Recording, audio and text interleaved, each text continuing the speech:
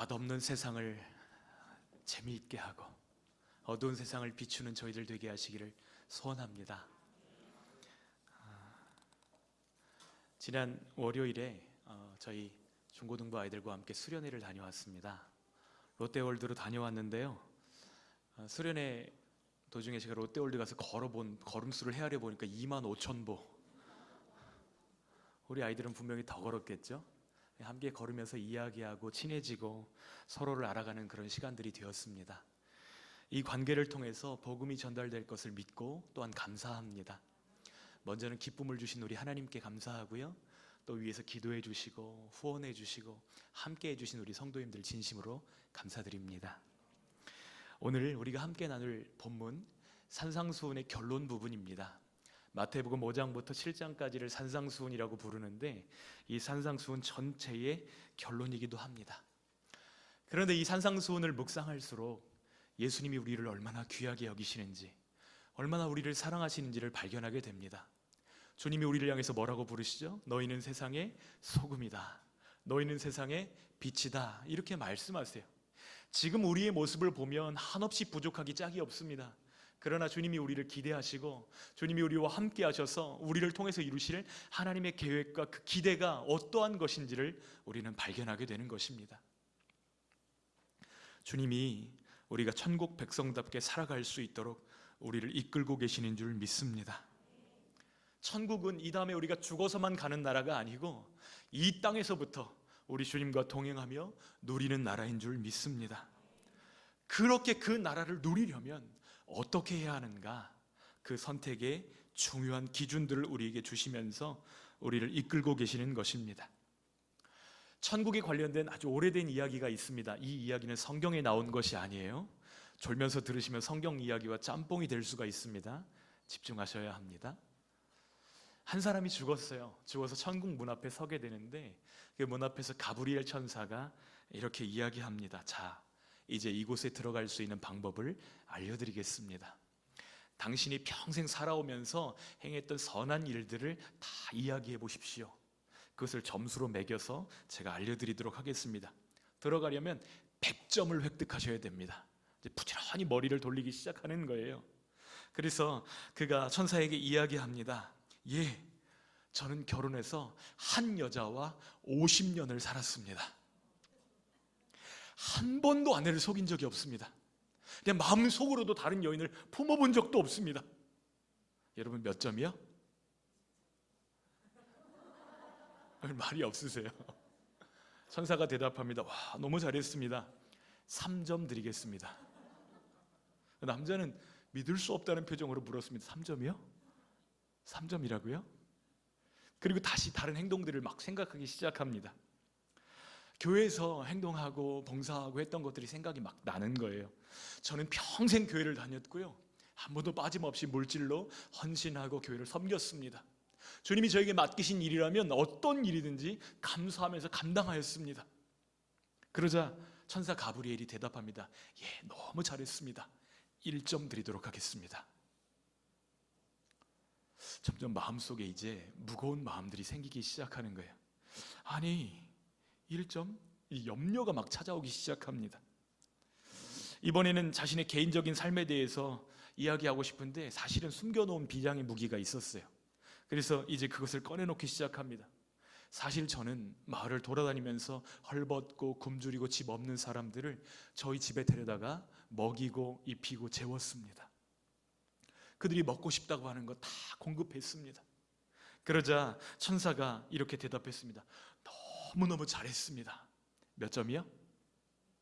몇 점이요? 2점 드리도록 하겠습니다. 그러자 이 사람이 너무너무 화가 나가지고 당황해서 이제 책상을 꽝 치면서 천사에게 외치는 거예요.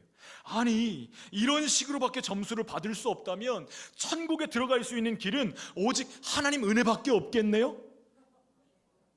그랬더니 천사가 예, 이제 들어오십시오, 이렇게 얘기했다는 거예요.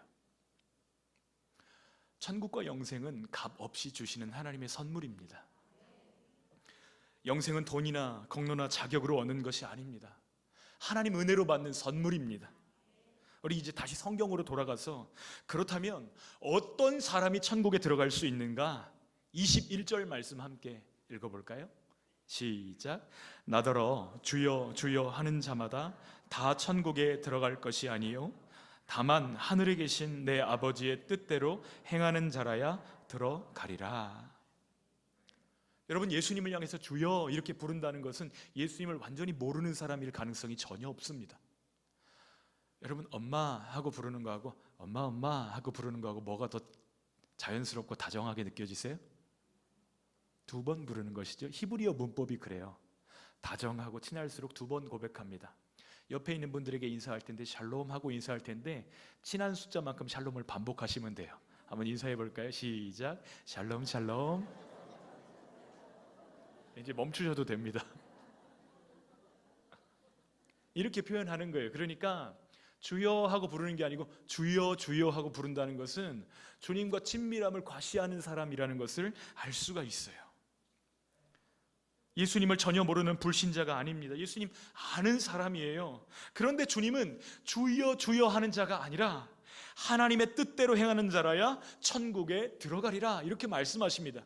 근데 이 말씀만을 떼어서 볼 것이 아니라 이것이 산상수훈 설교의 결론 부분이라는 것을 인지하면서 볼 때에 맥락을 살필 필요가 있어요. 그 앞에 단락에 주님이 말씀하십니다. 이 사람들 15절부터 시작된 거짓 선지자들의 불의한 삶에 대해서 심판의 메시지를 전달하는 것과 연결되어져 있습니다.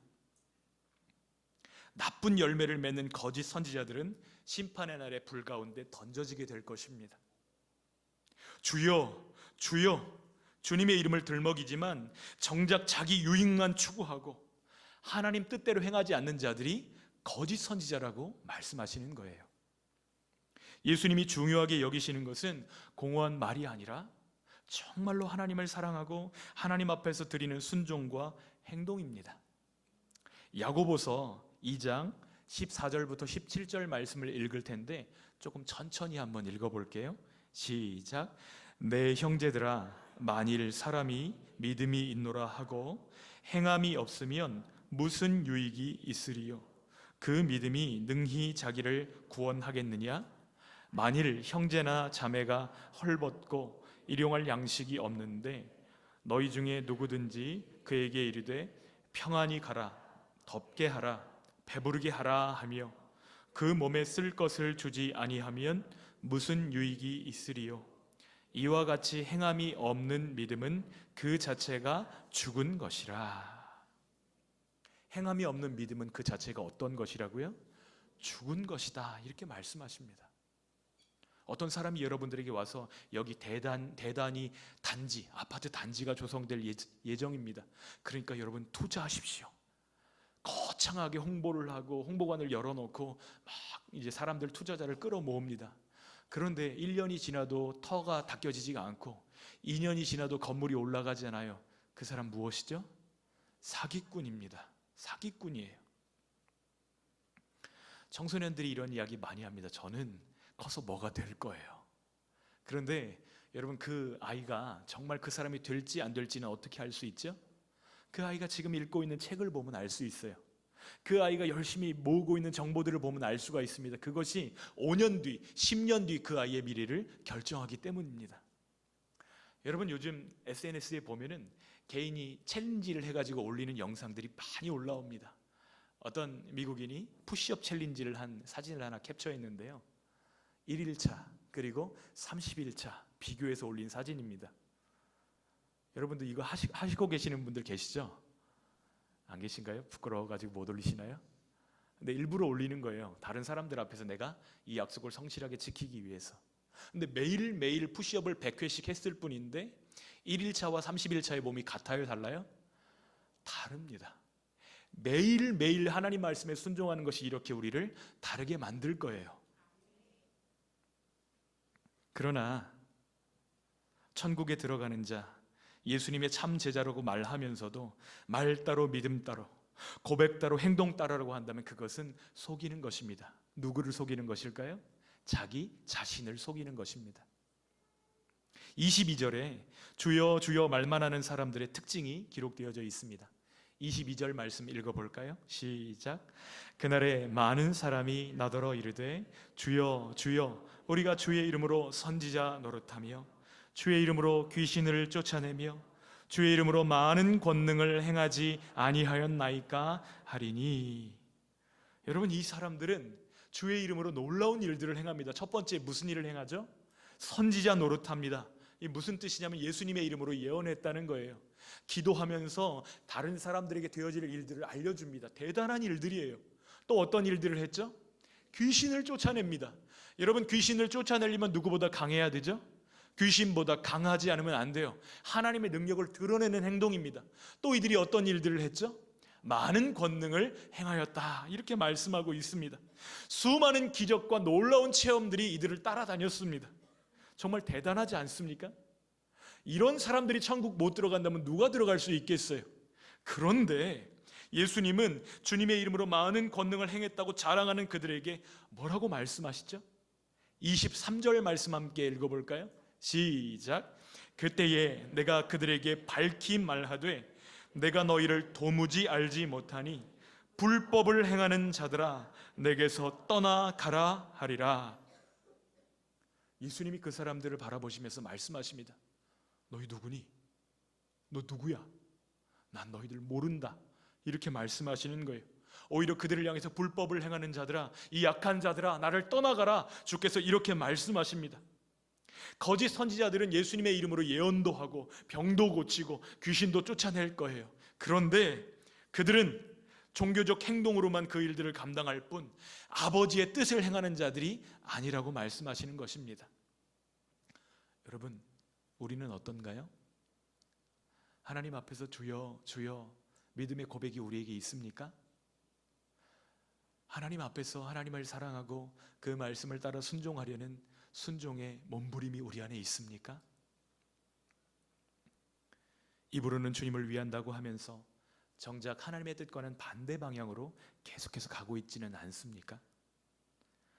하나님 아버지의 말씀을 듣고 그 말씀에 순종함으로 변화를 경험하는 저희들 되기를 소원합니다. 예수님의 말씀대로 순종하는 것이 얼마나 소중한지 주님은 두 건축자의 비유를 들어서 말씀하고 계세요. 24절, 25절 함께 읽어보겠습니다.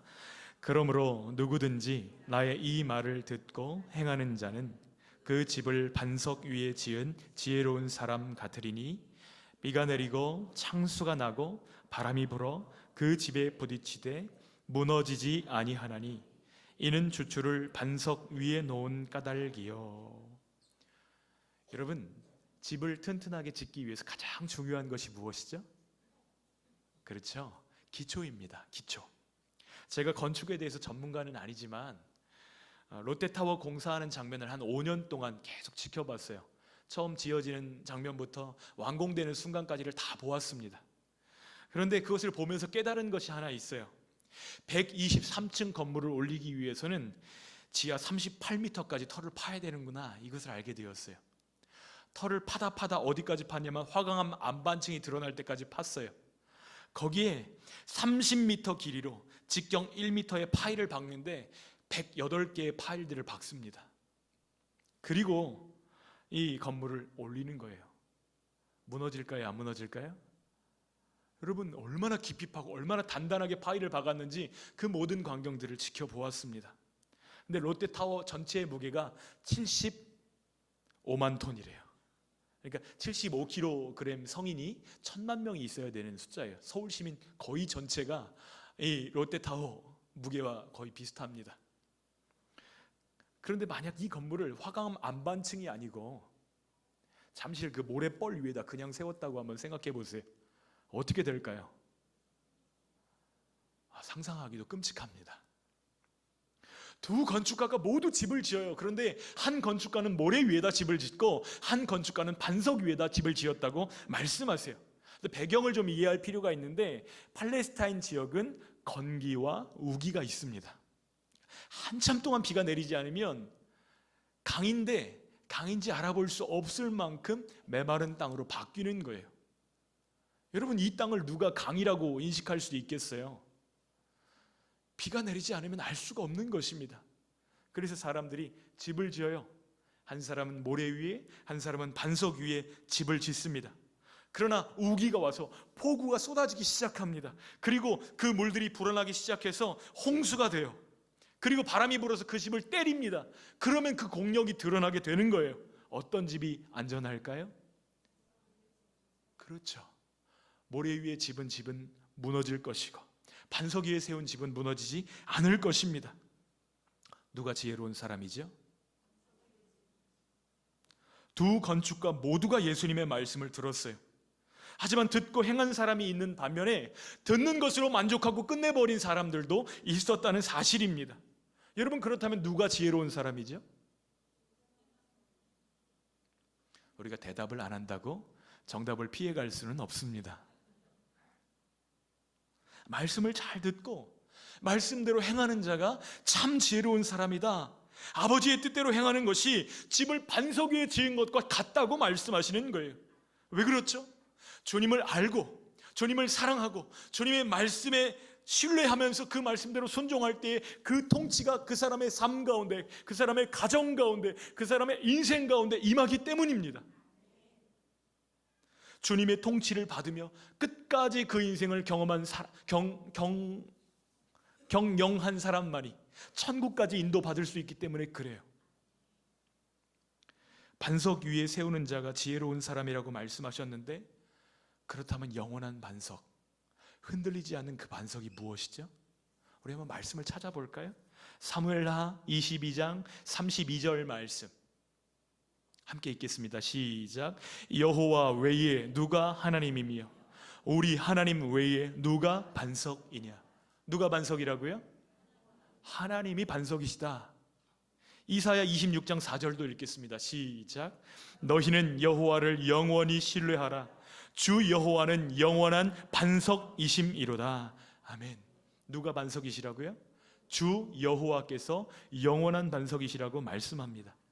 또 찾아볼게요. 시편 62편 1절 2절 말씀입니다. 함께 읽어볼까요? 시작. 나의 영혼이 잠잠히 하나님만 바라미요 나의 구원이 그에게서 나오는도다. 오직 그만이 나의 반석이시요 나의 구원이시요 나의 요새이시니 내가 크게 흔들리지 아니하리로다. 아멘. 영원한 반석이 누구시라고요? 하나님, 오직 그분만이 영원한 반석이라고 고백하고 있습니다. 신약 성경에도 반석에 대해서 기록하고 있는 말씀들이 있어요. 고린도전서 10장 2절부터 4절까지 말씀 함께 읽어볼까요? 시작. 모세에게 속하여 다 구름과 바다에서 세례를 받고 다 같은 신령한 음식을 먹으며 다 같은 신령한 음료를 마셨으니 이는 그들을 따르는 신령한 반석으로부터 마셨음에 그 반석은 곧 그리스도시라. 아멘. 이스라엘 백성들이 광야를 통과해서 나와서 광야를 통과해 가고 있는데 그 과정 가운데 반석을 쳐서 이스라엘 백성들이 물을 마신 경험들이 있습니다. 그런데 그 반석이 누구시라고 비유하고 있어요? 그리스도시라고 말씀하고 있어요. 생명을 주시는 반석, 우리의 영원한 생수 되신 반석이 그리스도라고 말씀하시는 거예요. 비가 오고 홍수가 나고 바람이 불어도 흔들리지 않는 기초가 있습니다. 그분이 누구신지 고린도전서 3장 10절에도 또 말씀하고 계시는데요, 이것은 쉬운 성경으로 한번 읽어보겠습니다. 함께 읽어볼까요?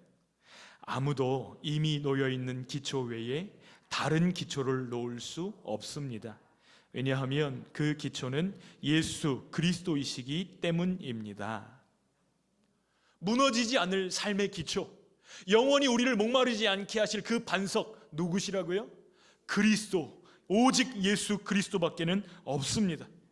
말씀을 듣고 행하는 사람과 말씀을 듣고 행하지 않는 사람 둘 다 말씀을 들어요. 겉으로 보았을 때는 누가 그 말씀에 순종하는지 누가 순종하지 않는지 알 수가 없습니다. 그런데 어느 날 갑자기 비가 쏟아지기 시작해요. 그리고 큰 비로 홍수가 나고 폭풍이 몰아쳐서 집을 때리면 모래 위에 세운 집은 무너질 수밖에 없다는 것입니다. 근데 한번 생각해 보세요. 사실 시련이 모래 위에 세운 집만 때리나요? 아니잖아요. 반석 위에 세운 집도 때립니다. 그런데 무너지지는 않아요. 이것이 그 근본적인 차이입니다.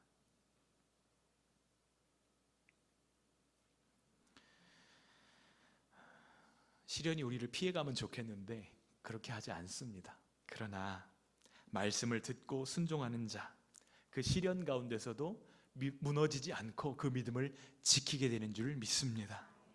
마지막 때에 주님이 믿음을 평가하시는 가장 중요한 지표, 주여 주여 입술로 말하는 것이 아니라 삶으로 말씀에 대한 순종을 이어가는 것, 이것이 가장 중요하다고 말씀하시는 거예요.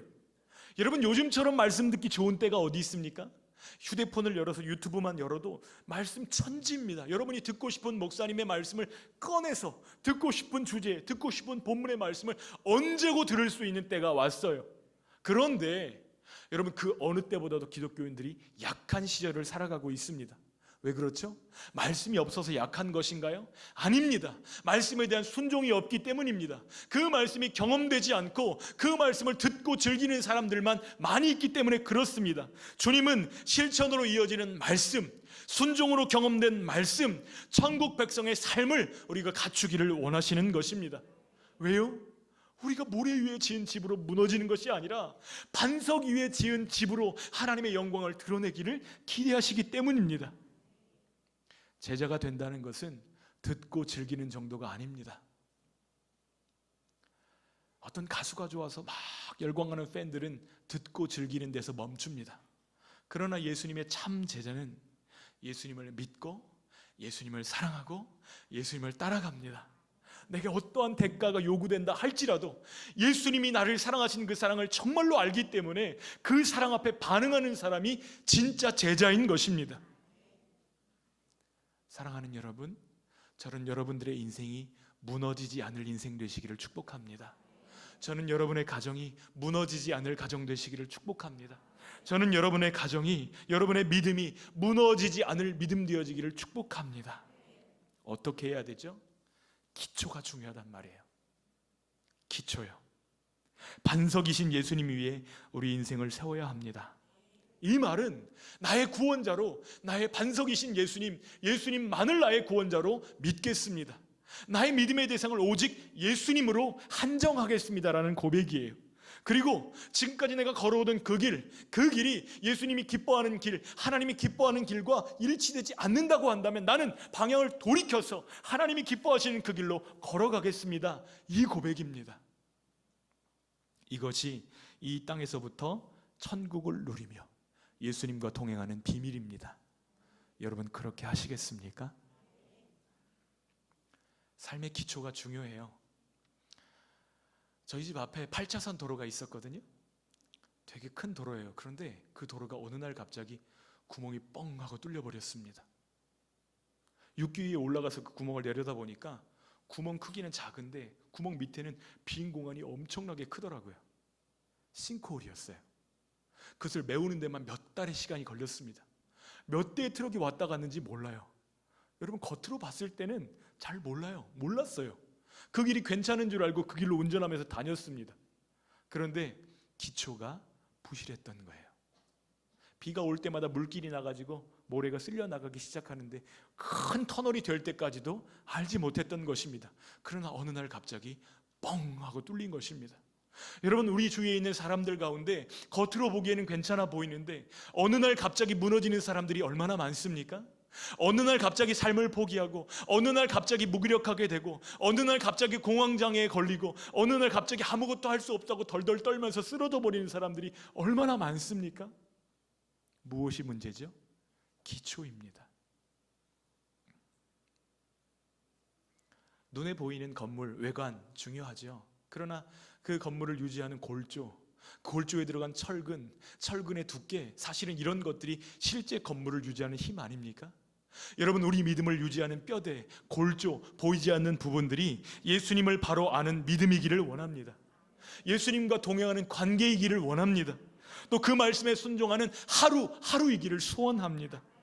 보이지 않지만 이런 부분들을 잘 관리하며 나아갈 때에 결국 우리가 눈 떴을 때 그곳이 천국이게 될 것입니다. 비, 바람, 홍수 같은 시련이 우리를 때릴 때에 그 앞에 무너지지 않는 반석 위에 세우시는 저와 여러분들 되어지기를 진심으로 축복합니다. 우리 이 시간 함께 찬양했으면 좋겠는데요. 오직 주만이 나의 반석이십니다. 주님, 저의 고백을 들어주세요. 예수님만이 저의 반석이십니다. 우리 함께 찬양하기 원합니다.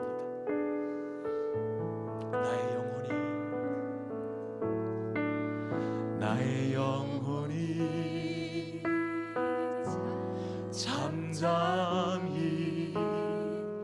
하나님만 바라며 나의 구원이 그에게서 나는도다. 나의 영혼아 잠잠히 나의 영혼아 잠잠히 하나님만 바라라. 나의 소망이 저에게서 나는도다.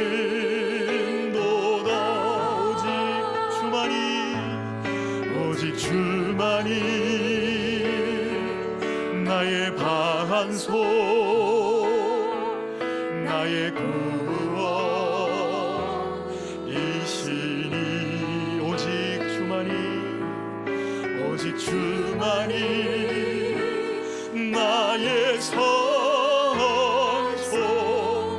내가 요동치 아니하리. 나의 영혼이 간절히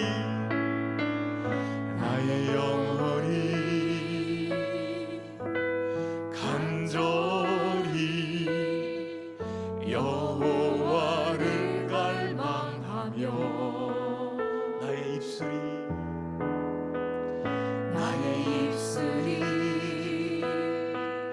여호와를 찬양하리. 나의 영혼이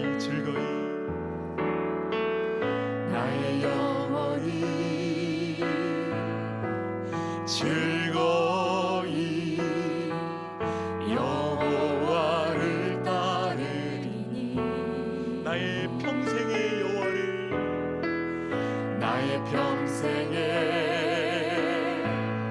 여호와를 송축하리. 오직 주만이 나의 반석 나의 구원이시니 오직 주만이 나의 산성 오직 주만이 나의 산소 내가 요동치 아니하리. 나의 구원 나의 영광 나의 구원 나의 영광 하나님께 있으니 내 힘의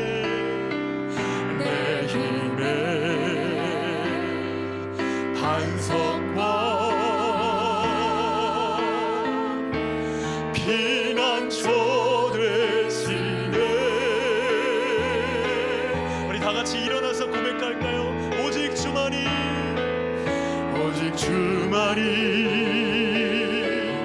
나의 반석 나의 구원이시니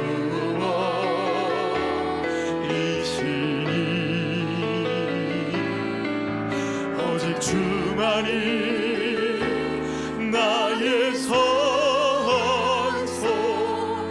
내가 요동치 아니하리. 이 시간 우리 기도하기 원합니다. 다른 사람이 볼 때는 우리의 겉모습밖에는 못 봐요. 그런데 여러분의 내면은 여러분의 기초는 예수 그리스도로 든든하십니까? 다른 사람들은 다 알 수 없어요. 그러나 여러분의 내면은, 여러분의 마음은 우울증에 사로잡혀 있지는 않습니까? 혹 여러분의 마음은 공황장애로 걱정하고 있지는 않습니까? 여러분의 마음은 여러분이 감당할 수 없는 문제 때문에 벌써 그 문제에 압도된 것은 아닙니까? 주님이 말씀하십니다. 내가 너의 반석이 되어주겠다고 말씀하십니다. 주님만을 의지하겠습니다. 주님, 나의 집을, 나의 가정을, 나의 믿음을 반석 되신 예수님 위에 세울 수 있도록 인도하여 주시옵소서. 그날에 비가 오고 바람이 불고 홍수가 나는 그날에 무너지는 집이 아니라 영원토록 흔들리지 않는 집, 주님 위에 세워진 집, 그러한 집 되기를 소원합니다. 예수님, 나의 반석 되어 주시옵소서. 주여, 한번 부르고 기도하겠습니다. 주여, 살아계신 하나님 감사합니다. 하나님 아버지, 우리가 아직 죄인 되었을 때에 아버지 하나님 우리를 사랑하여 주시고 연약한 모습 그대로 낳으시고 우리에게 찾아와 주셔서 우리를 만나 주시고 우리를 사랑해 주시고 우리의 반석 되어 주시니 감사합니다. 하나님, 예수님 없이 살아가는 믿음에 아버지 하나님 껍데기만 갖고 살지 않도록 주님 인도하여 주시옵소서. 내 모든 문제, 내 모든 아픔, 내 모든 연약함, 내 모든 시험 가지고 주님 앞에 엎드릴 수 있도록 인도하여 주시옵소서. 나의 믿음을 주님 위에 세우게 하여 주시옵소서. 나의 가정을 주님 위에 세우게 하여 주시옵소서. 나의 자녀들을 주님 위에 세우게 하여 주시옵소서. 하나님, 우리 교회가 주님 위에 세워지게 하여 주시옵소서. 하나님 아버지, 내가 섬기는 직장들이 주님 믿음의 반석 위에 세워지기를 원합니다. 예수님과 함께하며 예수님과 동행하며 예수님께 순종하는 저희들 되게 하여 주시옵소서. 주여, 주여 말만 하는 것이 아니라 예수님 나를 다스려 주시고, 예수님 아니면 안 됩니다, 예수님 아니면 난 소망 없습니다, 주님 앞에 그것을 고백하며 인정하며 예수님 위에 세우게 하여 주시옵소서.